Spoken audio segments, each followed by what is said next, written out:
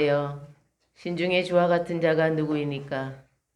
주와 같이 거룩함으로 영광스러우며 찬송할 만한 위엄이 있으며 기이한 일을 행하는 자가 누구이니까? 주의 인자하심으로 주께서 구속하신 백성을 인도하시되 주의 힘으로 그들을 그의 거룩한 초소에 들어가게 하시나이다. 아멘. 하나님께서 우리를 부르시고 우리로 예배케 하시니 감사합니다. 하나님의 그 놀라운 은혜를 하나하나 헤아리지 못하지만 하나님 우리에게 무한하게 은혜를 베풀어 주시며 하나님 앞에 살게 하십니다. 하나님, 이 시간 다시 우리의 흩어진 마음을 하나님 앞에 모으기 원합니다. 하나님, 우리를 사로잡아 주시고 오직 하나님의 뜻 안에서 오직 하나님을 기쁘시게 하는 그런 예배자가 될 수 있도록 이 시간 저희들 하나님께서 주장해 주옵소서. 예수님의 이름으로 기도드립니다. 아멘. 찬송가 44장 하나님께 올려드리겠습니다.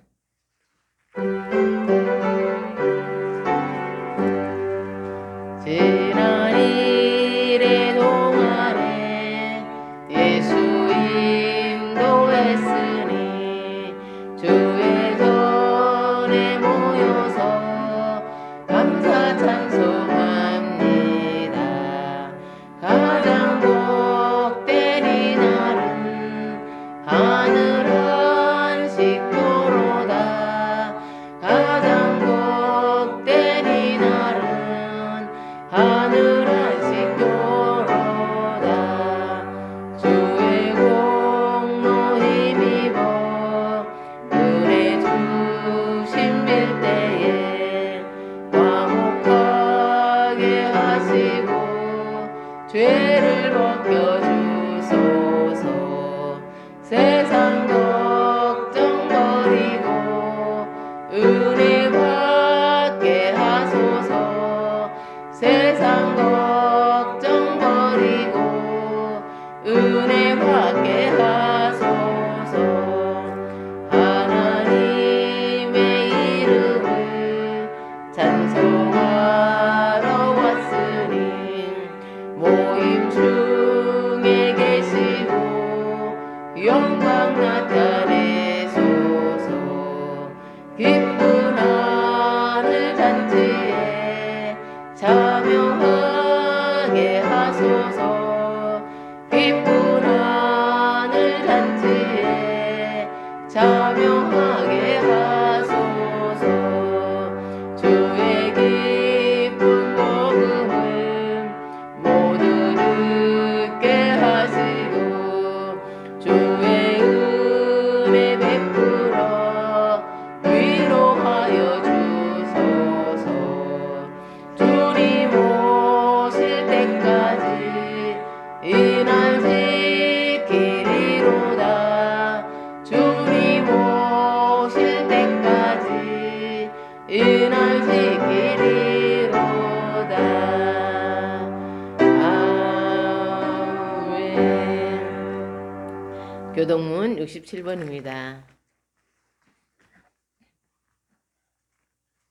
교동문 67번입니다.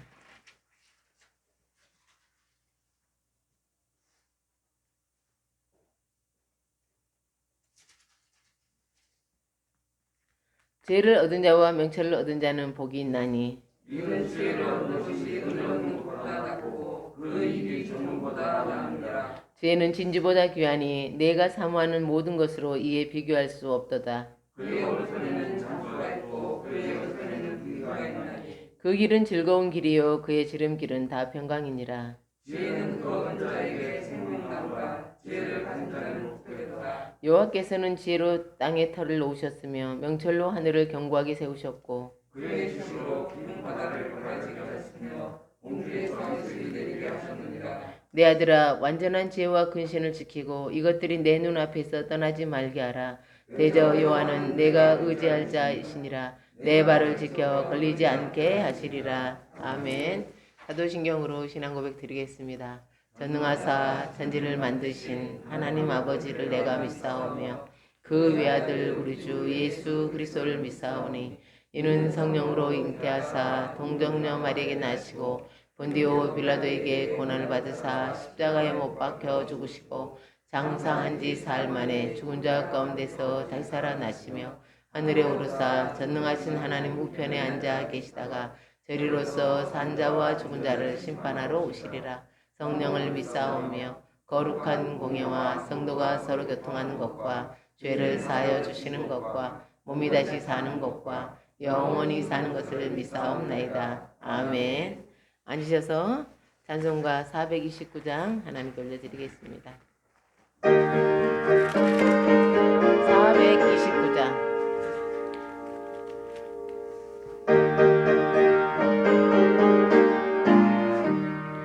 세상 모든 풍파 너를 흔들어 약한 마음 낙심하게 될 때에 내려주신 주의 복을 세여라. 주의 크신 복을 내가 알리라. 받은 복을 세여 보아라. 크신 복을 내가 알리라. 받은 복을 세여 보아라. 주의 크신 복을 내가 알리라. 세상 근심 걱정 너를 누르고 십자가를 등에 지고 나갈 때 주가 내게 주신 복을 세여라. 두려움 없이 항상 찬송하리라. 받은 복을 세여 보아라. 크신 복을 내가 알리라. 받은 복을 세여 보아라. 주의 크신 복을 내가 알리라. 세상 권세 너의 앞길 막을 때 주만 믿고 낙심하지 말아라. 천사들이 너를 보호하리니 염려 없이 앞만 보고 나가라. 받은 복을 세여 보아라. 크신 복을 내가 알리라. 받은 복을 세여 보아라. 주의 크신 복을 내가 알리라. 아멘.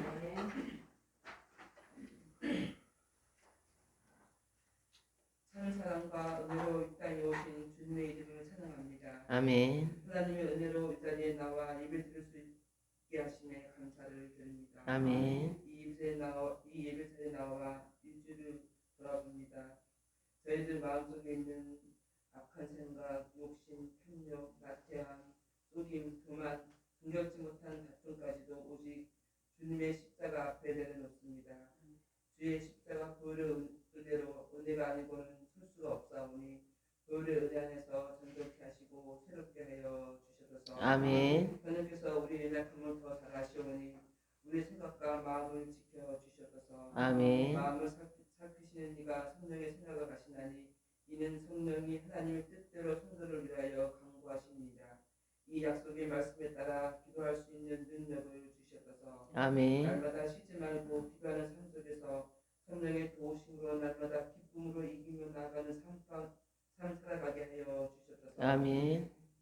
나 한 사람이 먼저 나라를 위해, 선교사들을 위해, 교회를 위해, 이웃을 위해, 가족을 위해 기도하기를 쉬지 않게 하여 주셔서 아멘. 날마다 하나님을 경험하는 삶 살아갈 수 있도록 은혜를 내려 주셔서 아멘. 결단코 차별 금지법이 통과되지 않도록 도와주셔서 아멘. 자유 대한민국으로 마음껏 복음을 전하며 전도할 수 있는 능력을 주시고 복음으로 통일되는 하나님의 역사하심을 경험되게 하여 주셔서 아멘. 세계 안팎으로 어려움들로 인해 선교사님들의 사역에 있어 많은 어려움들이 있습니다. 그런데 그것을 이루가시는 하나님의 도우심으로 성령의 충만한 삶으로 감사함으로 영혼간의 강건함으로 하나님과 함께하심으로 넉넉히 이기며 나아갈 수 있는 힘과 능력을 성산들에게 내려주시옵소서. 아멘. 저희 서울평강교회도 선교사에게 더 많이 동참할 수 있는 은혜를 주사 부흥의 역사가 있게 하여 주셔서 아멘. 누군가 담대함을 전도할 수 있도록 도와주셔서 아멘. 하나님의 사랑으로 생명을 살려내는 우리들이 다 되게 하여 주셔서 아멘. 하나님 목사님 말씀을 들었습니다. 오직 성령의 도우심으로 말씀을 선포하실 때 성령의 인자심이 가득하게 하사 하나님의 영광만이 가득하게 하여 주셨소서. 아멘. 살아가는 성도들 모두가 손에 나타나심이 경험되어지는 하나님의 용사로서 날마다 기쁨과 감사가 충만하게 하여 주셨소서. 아멘. 우리를 구원하시고 부활하사 세례를 다시 오실 우리 주 예수 그리스도로 간절히 기도드렸사옵나이다. 아멘.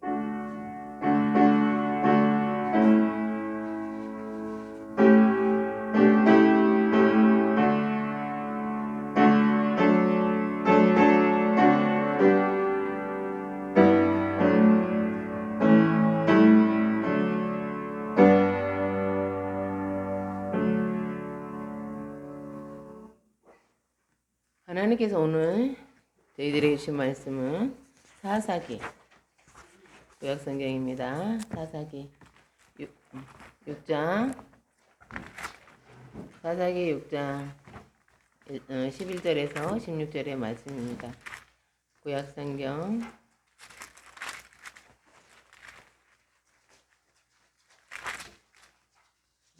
369페이지 구약성경 369페이지 370장 구약성경 370장 네 370페이지 예, 370페이지 11절 6장 11절에서 16절의 말씀이에요.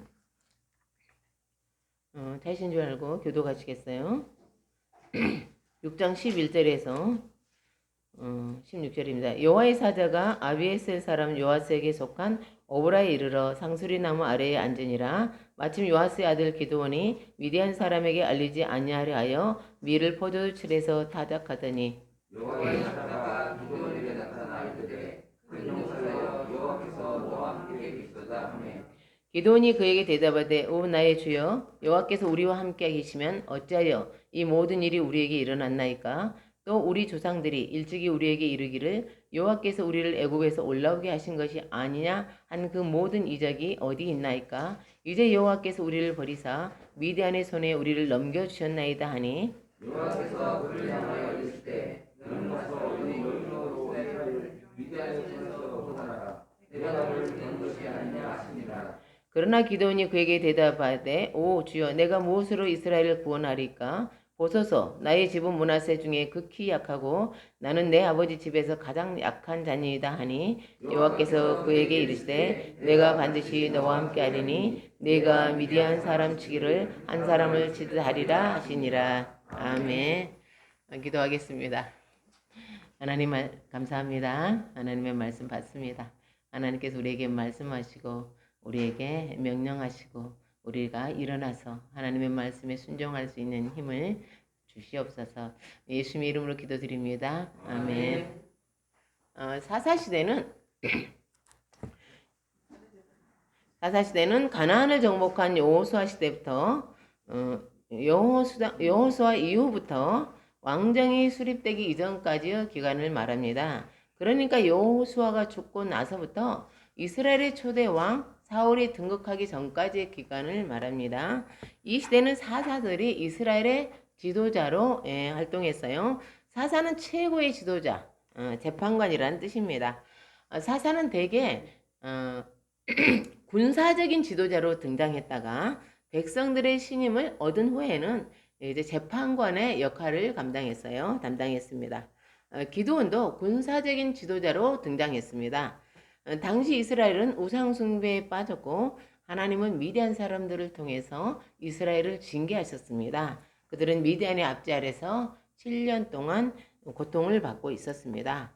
미디안 사람들은 추수 때는 물론이고 파종기 때까지도 와서 때로 몰려와서 이스라엘의 지은을 쳤어요. 마치 메뚜기 때처럼 몰려와서 그 땅을 폐허로 만들어 버렸습니다.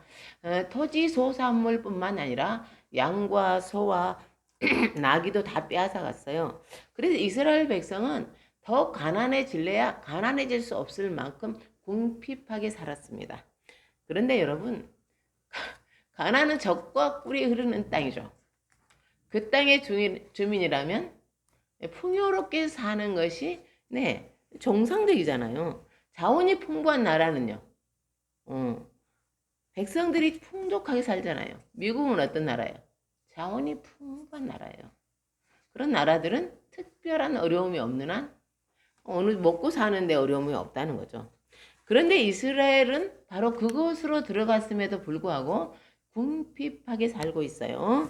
이스라엘 백성은 미디안의 착취로 인해요. 살 수가 없는 거예요. 왜 이런 일이 일어났을까요? 그건 이스라엘이 우상 숭배에 빠졌기 때문입니다. 사랑하는 성도 여러분, 하나님의 징계를 끝내는 가장 쉬운 방법이 뭘까요? 여러분이 알고 있는 건 뭐예요? 회개입니다. 회개는 하나님께로 돌아오는 거예요.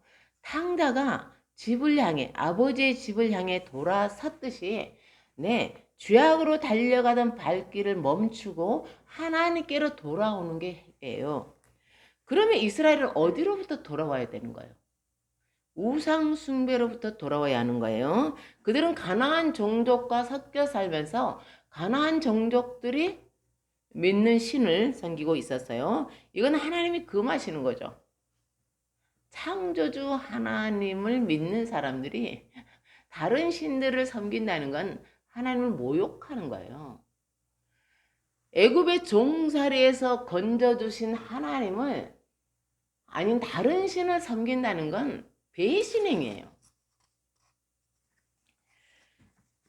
사랑하는 성도 여러분, 하나님을 거부하는 세상 문화와 하나님을 동시에 섬길 수는 없어요.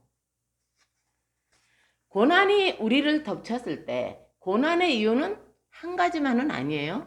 고난이 우리에게 덮쳤을 때 우리가 가장 먼저 해야 하는 일은 이 고난의 원인이 뭐냐는 거예요. 그 이유 중에 하나가 내가 하나님으로부터 멀어졌고 하나님께 잘못한 게 있다는 것을 깨달았다면 즉시 하나님께 돌아와야 돼요. 해결책은 회개밖에 없어요. 그러면 하나님께서 이 고난의 이유가 우리를 돌아서게 하시는 것이기 때문에 문제를 해결해 주세요. 그리고 고난으로부터 건져주십니다. 미디안의 압제에 시달리는 이스라엘 백성은 하나님께 돌아와서 간절히 기도했어요. 그러자 하나님께서 한 구원자를 보내주셨습니다. 그러면 그 구원자는 누구일까요? 우리 함께 11절을 읽겠습니다. 11절 시작. 여호와의 사자가 아비에셀 사람 요아스에게 속한 오브라에 이르러 상수리 나무 아래에 앉으니라. 마침 요아스의 아들 기드온이 미디안 사람에게 알리지 아니하려 하여 밀을 포도주 틀에서 타작하더니 아멘. 하나님이 준비하신 구원자는 기드온이에요. 여호와의 사자가 기드온을 찾아왔어요. 그는 포도주 틀에서 밀을 타작하고 있었습니다. 원래 밀 타작은 넓은 마당이나 타작을 위해 만든 뜰 같은 곳에서 했어요. 왜냐하면 밀 타작은 마차나 이렇게 소를 끌고 하기 때문에 넓은 장소가 필요해요. 그런데 포도주틀은 바위를 파서 만든 거예요. 그래서 좁습니다. 그런데 기도는 왜 좁은 포도주 틀에서 밀을 타작하고 있는 거죠? 그것은 미디안 사람들에게 들키지 않으려는 거죠. 사랑하는 성도 여러분, 여러분은 지금 기도원이 어떤 사람이라는 생각이 들어요? 담대한 사람이에요? 애국심이 불타는 사람이에요? 강단 있는 사람이에요? 아니죠. 기도원은 소심한 평범한 농부예요. 공식을 빼앗기지 않으려고 좁은 곳에 숨어서 밀타작을 하고 있지 않습니까? 이런 기도원이 그 강력한 미디안과 싸워서 이스라엘을 구원할 수 있을까요? 여러분은 어떻게 생각하세요? 우리 함께 12절을 읽겠습니다. 12절 시작. 여호와의 사자가 기드온에게 나타나 이르되 큰 용사여 여호와께서 너와 함께 계시도다 하매 아멘. 여기서 큰 용사는 힘센 용사, 영웅이란 뜻이에요. 여호와의 사자가 와서 기드온에게 큰 용사라고 불러줬어요. 그때 기드온은 어떤 생각을 했을까요? 오늘 우리는 자신의 정체성에 대해 나눠보려고 해요. 내가 누구인지를 진지하게 생각해 보려는 거죠. 사랑하는 성도 여러분, 여러분은 자신을 어떤 사람이라고 생각해요? 그러니까 내 경력, 내 나이, 내 재산, 내 학력 같은 거 빼고 그런 것들은 우리 자신은 아니잖아요. 우리 자신을 설명하는 장식품이잖아요. 나는 부자야. 난 돈이 많아. 그럼 본질적인 의미에서 나는 아니잖아요. 그럼 진정한 나는 누구예요? 그것을 알기 위해서는 자기 내면의 목소리를 들어야 돼요. 나는 누굴까? 여러분은 여러분을 어떤 사람이라고 생각해요? 자기애는 알잖아요. 어떤 사람으로 믿고 있어요? 나는 이런 사람이야. 그렇게 생각하는 이유는 뭐예요? 나는 이런 사람이야. 나는 그 어떠냐는 거야. 안데르센의 동화 미운 오리 새끼 이야기를 아실 거예요. 유난히 큰 알에서 태어난 새끼 오리는 보통의 오리들과 다르게 생겼다는 이유로 오리들에게 괴롭힘을 당합니다. 엄마 오리마저 처음에는 그러더니 나중에 엄마 오리마저 이 새끼 오리를 부담스러워하자 그는 집을 떠나서 춥고 괴로운 겨울, 외로운 겨울을 보냅니다. 어느 봄날 우연히 새끼 오리는 자신이 하늘을 날 수 있다는 것을 알게 돼요. 못생긴 오리인 줄 알았던 그가 그 자신의 새끼 오리는 뭐예요? 사실 아름다운 백조였던 거죠. 사랑하는 성도 여러분, 그는 그냥 사람처럼 존칭을 쓰겠어요? 그는 새끼 오리입니까? 아니면 백조입니까? 여호와의 사자는 기드온을 큰 용사라고 불렀어요. 그에게는 정말 어울리지 않는 이름이에요. 그는 왜 기드온을 큰 용사라고 불렀을까요? 사랑하는 성도 여러분, 여러분 기드온이 생각하는 기드온과 여호와의 사자가 불러준 이름 중에 누가 진짜 기드온이라고 생각하세요? 당신이 생각하는 당신과 하나님이 생각하는 당신 중에 누가 당신이에요? 정체성은 내가 누구인지를 알고 내가 어디로 가고 있는지를 아는 거예요. 나는 이런 사람이야. 이게 진짜 내 모습이지. 이것이 바로 나의 정체성이에요. 우리는 각자 자신에 대한 이해가 있어요. 자신에 대한 이해가 분명한 사람은 삶이 훨씬 지혜롭게 살아요. 자기 자신을 모르는 사람들이 있어요. 그런 경우는요. 혼란스러워요. 자기는 이걸 내가 잘한다고 생각하고 좋아한다고 생각하는데 사실은 아니거든요. 우리는 각자 자기 자신에 대한 이해가 있다고요. 그럼 어떻게 그 이해에 이르게 되었을까? 주변 환경의 영향을 받죠. 사람들이 나를 평가하는 영향을 받아요. 그 내가 생각하는 내가 있어요. 다른 사람들이 생각하는 내가 있어요. 그것이 합성되어서 나라는 정체성을 나는 갖고 있는 거예요. 미운 오리 새끼는 자신이 못생겼다고 생각했어요. 그래서 사랑받을 수 없다고 생각했어요. 그죠? 괴롭힘을 당하는 건 누구나 싫고 외로운 건 누구나 싫어요. 그렇지만 그걸 부당하다고 생각하지 않았어요. 분노하거나 싸우지 않았어요. 왜요?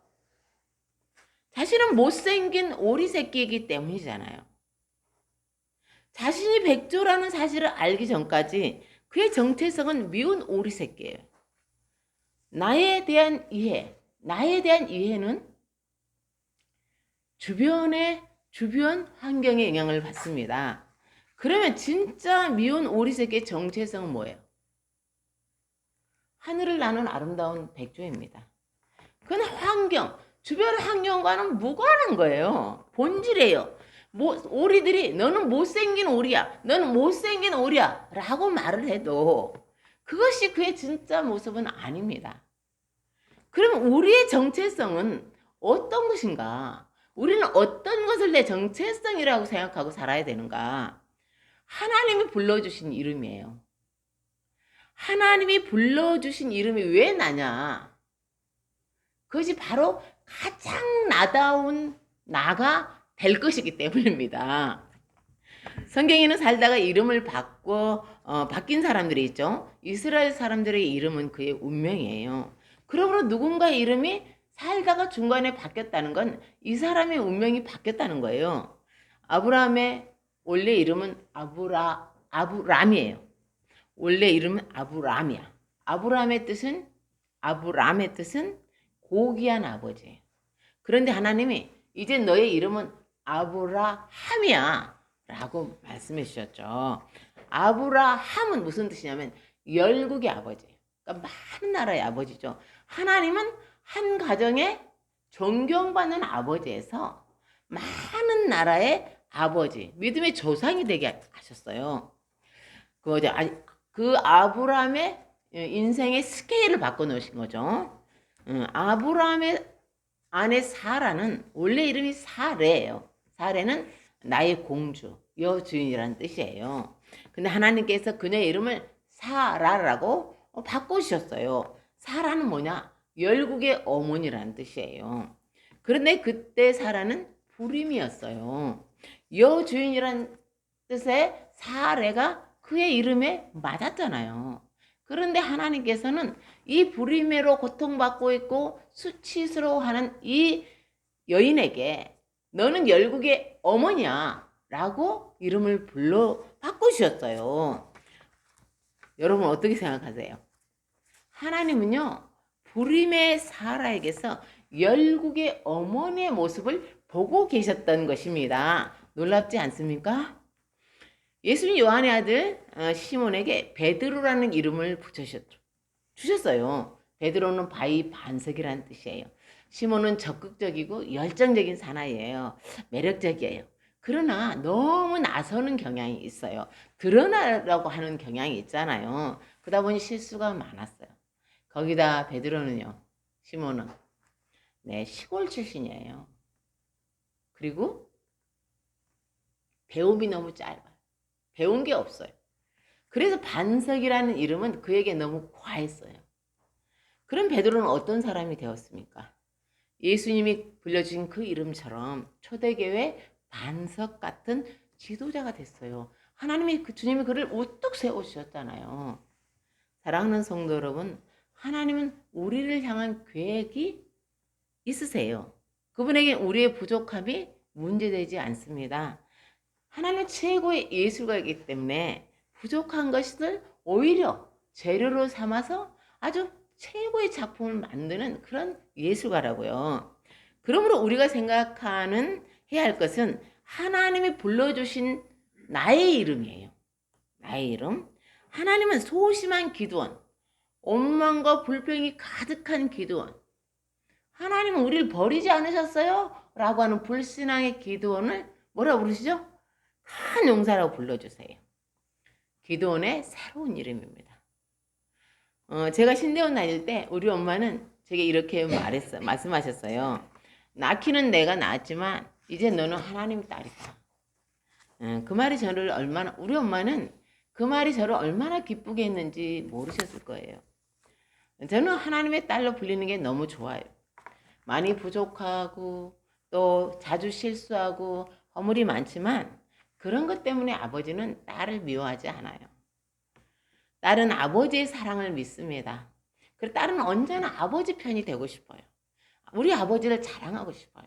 왜냐하면 나는 어떻게 생각하시는지 아니까요. 사랑하는 성도 여러분, 하나님은 우리 정체성의 뿌리예요. 우리 정체성의 근원이에요. 하나님 불러주신 그 이름, 하나님 나를 바라보는 그게 바로 나라는 거예요. 하나님은 당신을 누구라고 부르세요? 생각해보세요. 지금 큰 용사라고 부르십니까? 나의 사랑, 나의 신부? 기적의 사랑? 어떤 이름이에요? 그 이름을 아직 기억하지 못했다면 찾아보세요. 그리고 그 이름을 기쁘게 받으세요. 그리고 그 이름에 합당하게 사십시오. 그러면 우리 성경 속에서 하나님이 정말 큰 용사라고 불러주신 기도원을 그렇게 만들어 가시는지를 봐야 될 거 아니에요. 우리 함께 14절을 읽겠어요. 14절. 14절 시작. 여호와께서 그를 향하여 이르시되 너는 가서 이 너의 힘으로 이스라엘을 미디안의 손에서 구원하라. 내가 너를 보낸 것이 아니냐 하시니라. 아멘.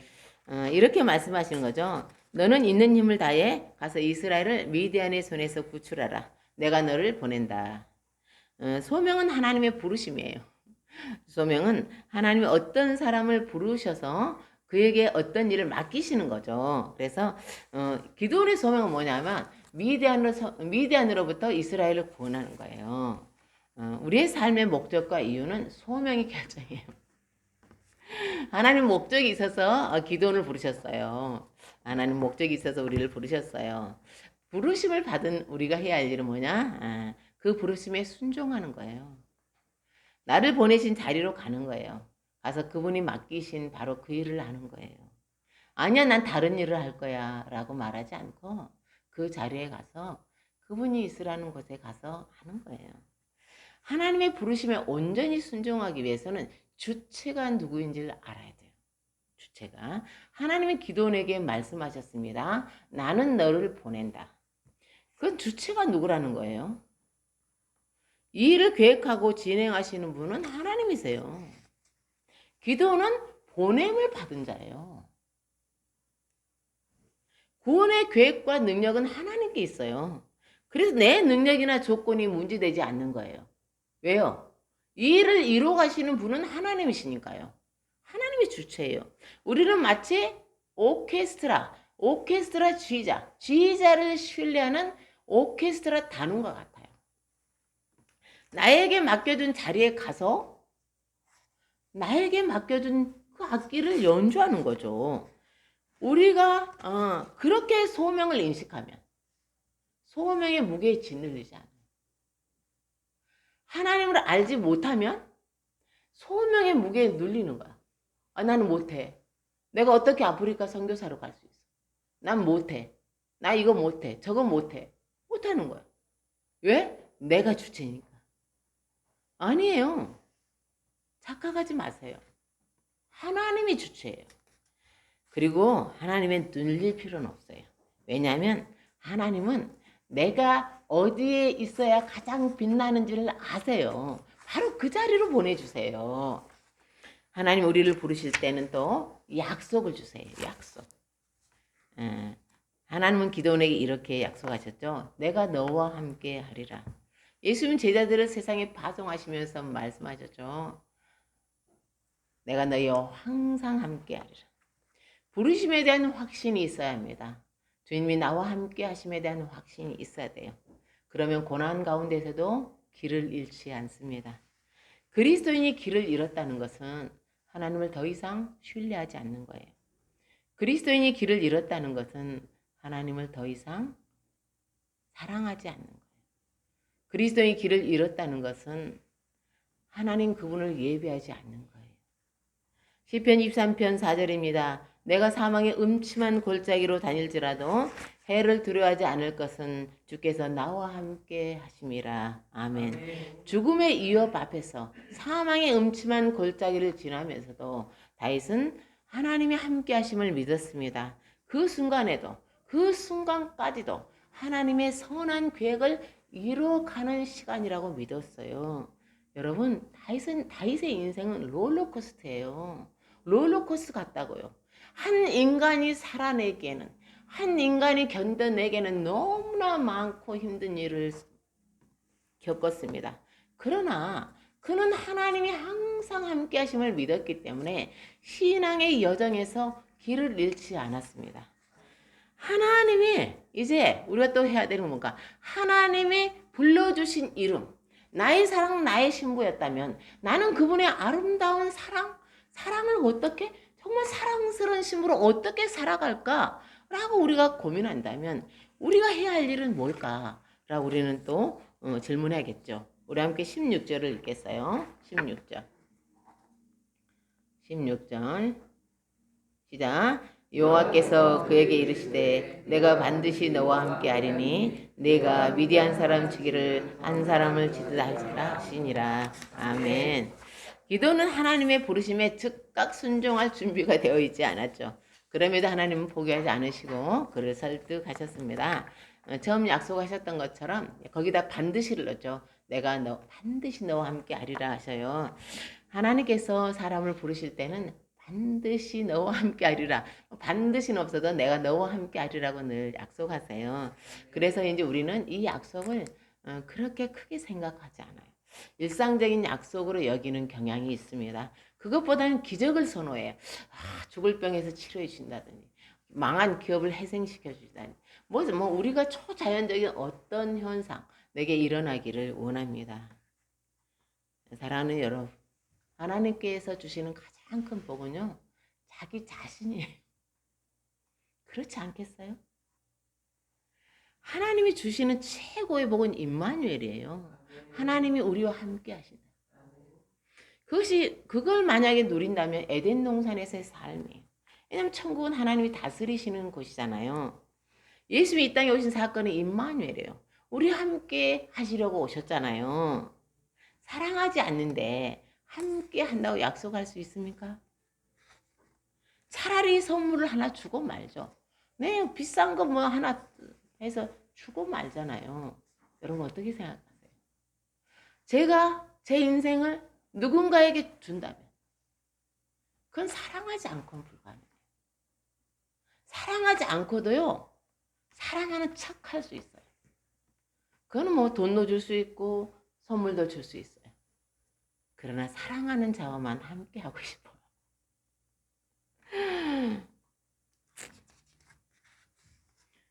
우리와 함께 하시는 하나님, 임마누엘 하나님. 주님은 우리를 사랑하세요. 그래서 이 약속이 제일 귀한 거예요. 하나님은 그뿐만 아니라 기도원에게 또 하나의 약속을 하셨죠. 내가 미디안 사람 치기를 한 사람을 치다 하리라. 이런 뜻이에요. 기도원아 염려하지 마. 너는 이기게 되어 있어. 오히려 성도님은 너는 이기게 되어 있어. 그럼 좋아요? 네, 그렇게 가세요. 이기게 되어 있어요. 6절을 유진 피터슨의 메시지 성경으로 제가 읽어드릴게요. 16절을. 하나님께서 그에게 말씀하셨다. 내가 너와 함께 할 것이다. 나를 믿어라. 내가 마치 한 사람을 물리치듯이 미디안을 물리칠 것이다. 아멘. 우리가 읽고 있는 이 개역개정에 빠진 게 있는데 그건 바로 이거예요. 나를 믿어라. 하나님은 우리를 위해 모든 것을 하시죠. 다만 우리에게 한 가지를 요구하세요. 그건 뭐예요? 하나님을 믿는 거예요. 나의 조건과 돌아가는 상황을 믿는 것이 아니라 하나님의 약속을 믿을 것을 요구하세요. 그것이 우리가 갖춰야 할 유일한 조건입니다. 히브리서 11장 6절입니다. 믿음이 없이는 하나님을 기쁘시게 하지 못하나니 하나님께 나아가는 자는 반드시 그가 계신 것과 또한 그가 자기를 찾는 자들에게 상 주시는 이심을 믿어야 할지니라. 아멘. 하나님은 우리에게 그분이 하실 모든 일을 믿음의 눈으로 보라고 하세요. 초라하고 보잘것없는 나를 큰 용사로 불러주신 그분의 비전을 믿음으로 보라는 거예요.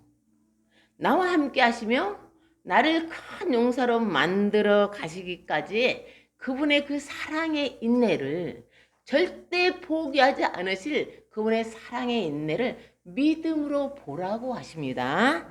그래서 우리는 생각해야 됩니다. 나의 정체성에 대해서. 진짜 나는 누구지? 내가 생각하는 나입니까? 하나님이 생각하는 나입니까? 새끼 우리는 오리무리 사이에서 자랐어요. 그것이 그렇게 중요합니까? 더 중요한 건 백조의 알에서 태어났다는 거예요. 그는 백조의 알에서 태어났기 때문에 백조예요. 고린도서 5장 17절입니다. 그런즉 누구든지 그리스도 안에 있으면 새로운 피조물이라. 이전 것은 지나갔으니 보라 새 것이 되었도다. 아멘. 우리는 예수 그리스도로 인해 새롭게 태어난 새 생명이에요. 이것이 우리의 정체성이에요. 우리는 그리스도인이에요. 그리스도가 나와 함께 하세요. 그리스도인답게 만들어져 갈 거예요. 바울은 자신을 예수 그리스도의 종이라고 믿었어요. 그것이 그의 정체성이에요. 사도 요한은 자신을 주님의 사랑받는 자라고 믿었어요. 그것이 그의 정체성이에요. 그래서 그는 늘 사랑을 노래했어요. 사랑하는 성도 여러분, 우리는 누구예요? 우리는 누구냐고요? 당신은 당신을 누구라고 믿을 거예요? 당신의 정체성을 뭐라고 규정할 거예요? 우리가 어떻게 규정하든 우리는 누구예요? 하나님이 불러주신 이름이에요. 하나님이 불러주셔서 우리에게 맡겨주신 바로 그대로 살아가는 게 나예요. 빠르게 그걸 받아들이는 게 좋습니다. 믿음의 눈으로 자신을 보십시오. 그것이 진짜 당신이니까요. 그리고 그대의 이름으로 사세요. 하나님이 불러주신 그 이름으로 사십시오. 기도원처럼 큰 용사가 되세요. 바울처럼 충성된 그리스도의 종이 되십시오. 그리고 요한처럼 주님의 사랑받는 자로 사십시오. 주님의 비전 안에서 참된 자신의 모습을 찾아가는 저와 여러분 되기를 예수님의 이름으로 축복합니다. 아멘. 기도하겠습니다. 오 하나님 감사합니다. 하나님은 예술가고 우리는 작품입니다. 하나님이 우리를 작품으로 만들어 가시기 전에 우리를 계획하시고 하나님께서 우리에 대한 꿈을 꾸시고 또 우리를 이렇게 만들어 가시며 우리가 하나님께 우리를 내어드리고 하나님의 그 뜻에 순종할 때 하나님께서 바로 원하시는 가장 멋진 작품이 될 걸로 믿습니다. 우리 안에 자존감을 주세요. 그리스도인이라는 자존감, 하나님의 백성이라는 자존감, 지극히 사랑하며 믿음의 눈으로 나를 보시는 바로 그 주님의 눈으로 보는 자존감, 그래야 주님의 뜻 가운데 내가 누구인지를 분명히 알고 내가 누구인지를 알게 내가 나아갈 바가 어디인지를 분명히 아는 자로 살게 주옵소서. 예수님의 이름으로 기도드립니다. 아멘. 찬송가 428장 우리 부르시면서 말씀을 생각하며 우리 기도하겠어요. 428장 부르고 우리 말씀 생각하며 기도하겠어요. 428장.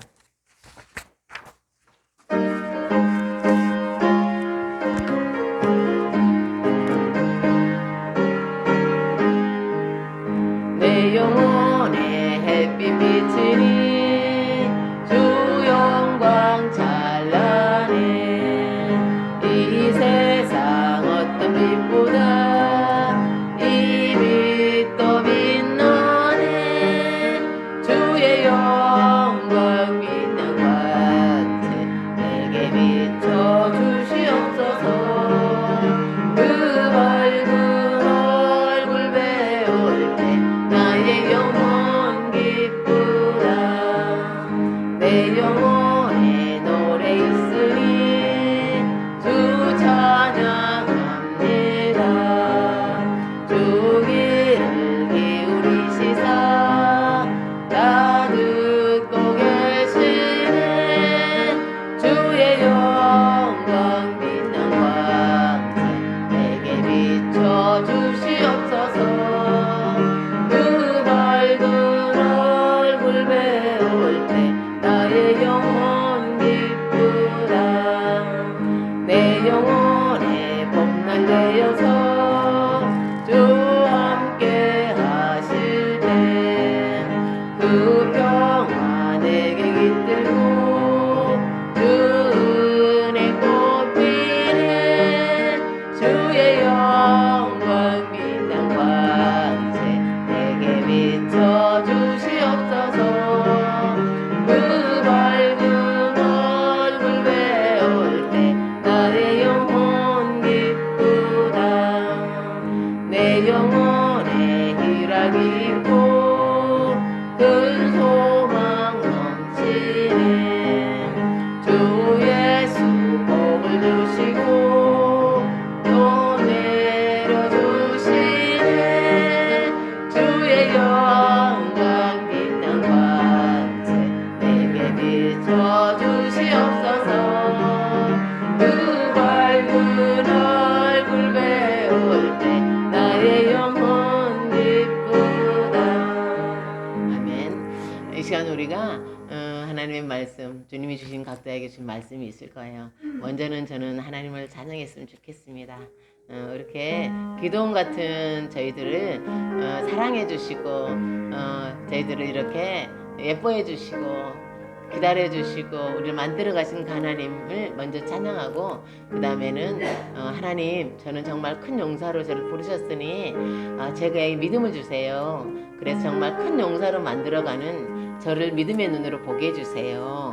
그렇게 기도하며 그리고 하나님 앞에서 하나님이 얼마나 놀라운지를 이렇게 고백하는 이 시간 되기를 원합니다. 우리 함께 동성으로 말씀을 생각하면서 우리 함께 기도하겠습니다. 오 하나님 감사합니다. 저희들 오늘 하나님 말씀 받았습니다. 오 하나님 감사합니다. 하나님의 놀라운 은혜 가운데 저희들 주십니다. 하나님 평범하고 소심하고 그리고 불신앙의 기도원에게 하나님께서 큰 용사라고 불러주셨습니다. 하나님 우리를 그렇게 보십니다. 하나님 그런 모습으로 우리를 보십니다. 우리의 모든 불신앙 우리 자신의 모든 환경 속에서 내게 짓눌리고 하나님 마음 부족하고 하나님 나 자신만을 바라보던 우리의 이 눈이 하나님을 향해 하나님께서 우리를 부르신 바로 그 모습으로 하나님 우리 자신을 볼 수 있도록 믿음으로 하나님 새롭게 저희들 바라보는 그 눈을 갖게 해주옵소서. 하나님이 우리에게 주신 그 정체성 하나님 내가 나를 이해하는 게 아니라 하나님 불러주신 바로 그 이해로 하나님 저희들 이렇게 새롭게 보게 하시고 하나님 기도원처럼 우리를 부르시는 그 하나님 앞에서 진실로 하나님 이렇게 내 자신을 하나님 앞에 세워갈 수 있도록 하나님 믿음의 눈으로 비전의 눈으로 볼 수 있도록 주님 함께 해주시고 하나님 부르신 자리에 기쁘게 나아가서 하나님 그렇게 살아갈 수 있도록 주님 함께 해주세요. 오 하나님 감사합니다. 사람 한 사람을 기억해 주세요. 하나님 아버지 새로운 삶의 아버지 인생 앞에 계획 앞에 있는 자들을 기억하여 주시고 기도원처럼 큰 용사로 아버지 힘있게 살아갈 수 있도록 주님 축복해 주세요. 하나님 아버지 우리 각자를 이렇게 부르신 하나님을 찬양하며 만들어져가는 우리 자신을 바라보며 영원히 하나님의 뜻 할 수 있도록 주님 함께 해주세요. 오늘도 함께 하실 주님을 찬양하며 하나님 감사합니다. 오늘 각자를 부르신 주님을 찬양하며 예수님의 이름으로 기도드립니다. 아멘.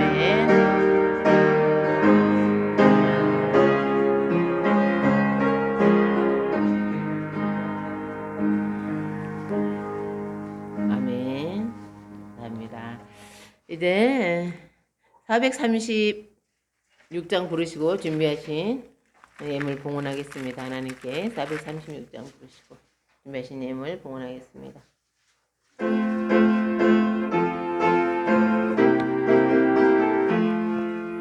나 이제 주님의 새 생명 얻은 몸 옛것은 지나고 새 사람이로다. 그 생명 내 맘엔 강같이 흐르고 그 사랑 내게서 해같이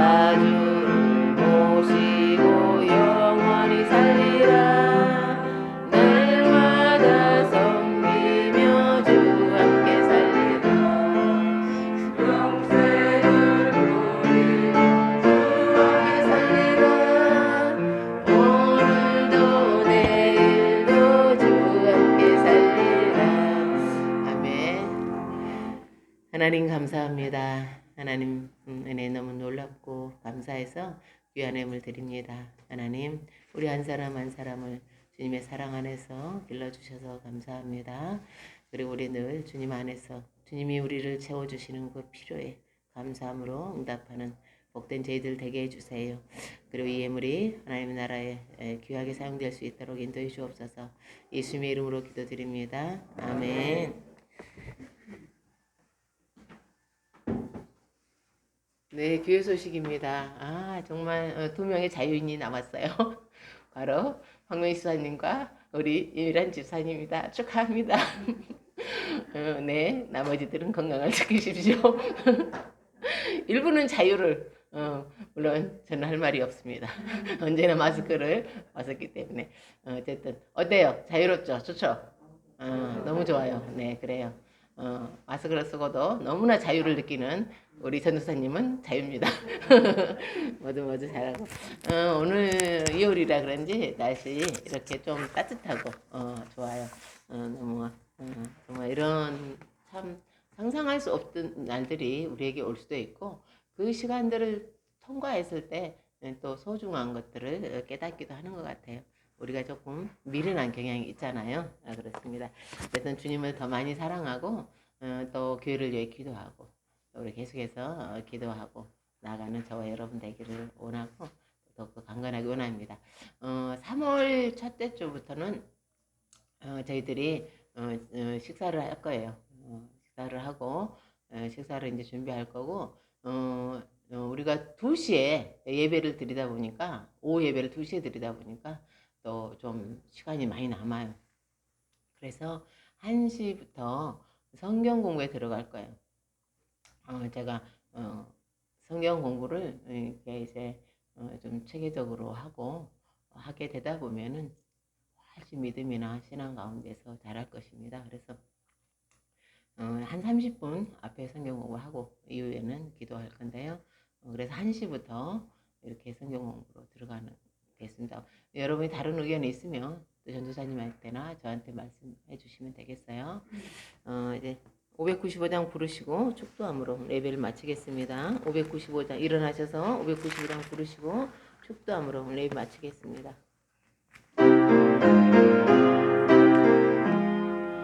나 맡은 공부는 우주를 높이고 온 영혼 구원 얻도록 살인도 함이라. 부르심 받들어 내 형제 섬기며 구주의 뜻을 따라서 내 정성 다하리. 주 앞에 모든 일 하시고 이후에 주님 배울 때 상 받게 하소서. 나 항상 깨어서 늘 기도드리며 내 믿음 변치 않도록 날 도와주소서. 아멘. 이제는 우리 주 예수 그리스도의 은혜와 하나님의 극진하신 사랑과 성령의 교통 내주 인도하심이 하나님이 불러주신 내 이름, 하나님이 내게 꾸신 그 꿈을 찾아가는 주의 백성들 위해, 서울 평강교회 위해, 저들의 가정과 일터 위해 이제로부터 영원까지 함께 하시기를 축원하옵나이다. 아멘.